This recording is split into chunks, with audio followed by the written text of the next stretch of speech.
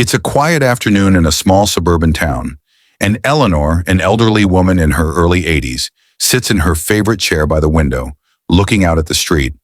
The world outside continues at a fast pace, cars speeding by, children laughing and playing, but Eleanor has been watching it from this very spot for the past few hours. Her house is still, almost eerily quiet, and for the most part, it's always been like this. She hasn't heard from her son in months, and her friends have all passed away or moved far out of town. Eleanor's health is beginning to decline. Her knees are stiff, and her mind isn't as sharp as it used to be. A small tremor shakes her hands as she slowly sips her tea. She once had a bustling household, a husband, a daughter, and grandchildren. But now she's alone. Alone in a home full of memories. She didn't always mind the solitude, but recently, the quiet has become overwhelming. There's a nagging sense of vulnerability that creeps in when she hears the faint groan of the floorboards under her feet, or when she fumbles with her medication bottle, struggling to open it. Eleanor never expected it to be like this. She never expected to get old without someone by her side.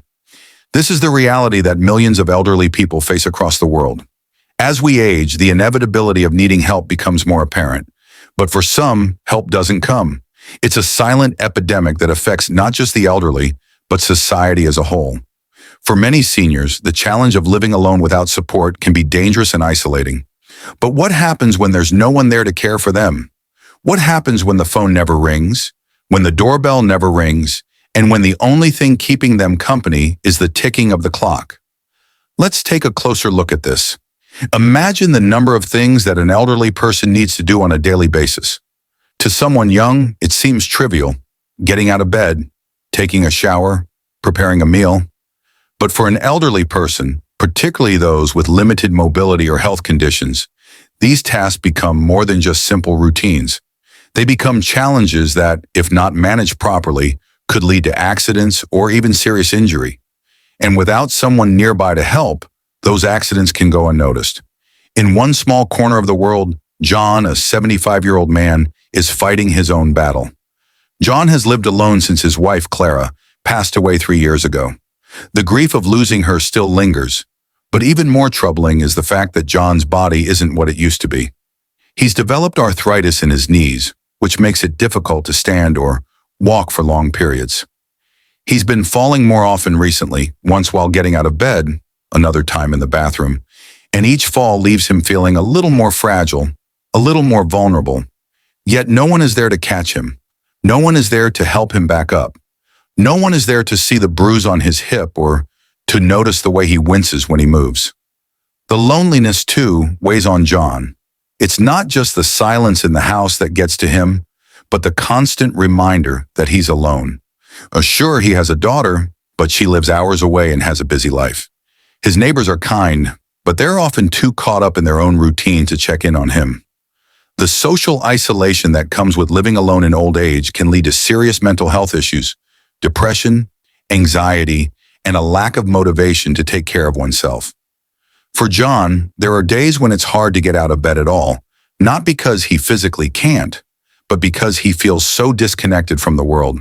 And what's even more concerning is that John doesn't have anyone who can keep track of his health.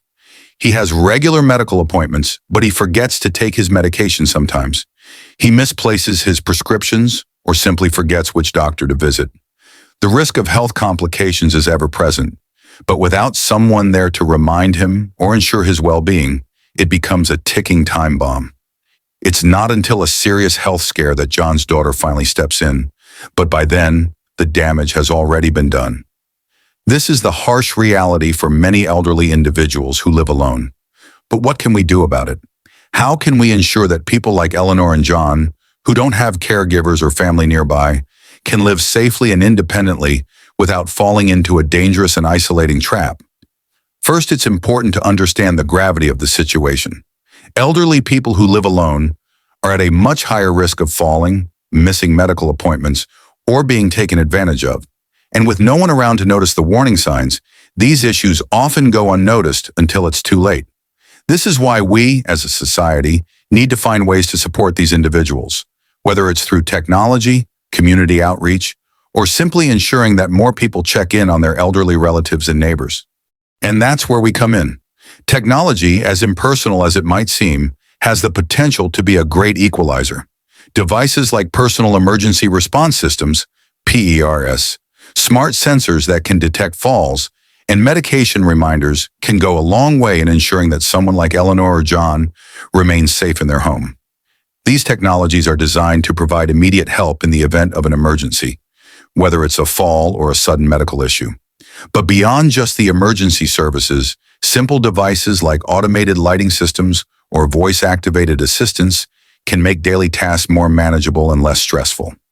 Another crucial part of the solution is community. It's easy to assume that elderly people want to be left alone, but the truth is many long for human interaction. Simple acts of kindness, like a weekly visit from a neighbor or a phone call from a distant relative, can have a huge impact on their well-being. These small gestures of care are the glue that holds them together and helps to prevent the loneliness and isolation that so often lead to depression and cognitive decline. Then there's the importance of regular health checkups. Whether it's a nurse coming to visit the elderly person at home or a scheduled appointment with a doctor, having someone who can keep track of their health is critical. Chronic conditions like diabetes or hypertension often require constant monitoring, and without proper care, these conditions can spiral out of control. A health check can also help spot other potential issues like cognitive decline or the onset of depression, which might otherwise go unnoticed. But the most important thing is this. It's about creating a support system. No elderly person should have to face the challenges of aging alone. Whether it's through family, friends, neighbors, or caregivers, everyone deserves someone who looks out for them, especially when they can't do it for themselves. When we all work together to create this network of support, we not only help keep our elderly loved ones safe, but we also create a stronger, more connected community. One where no one has to endure the silent suffering of isolation, and everyone, regardless of age, can live with dignity and care. And in the end, this is what matters most.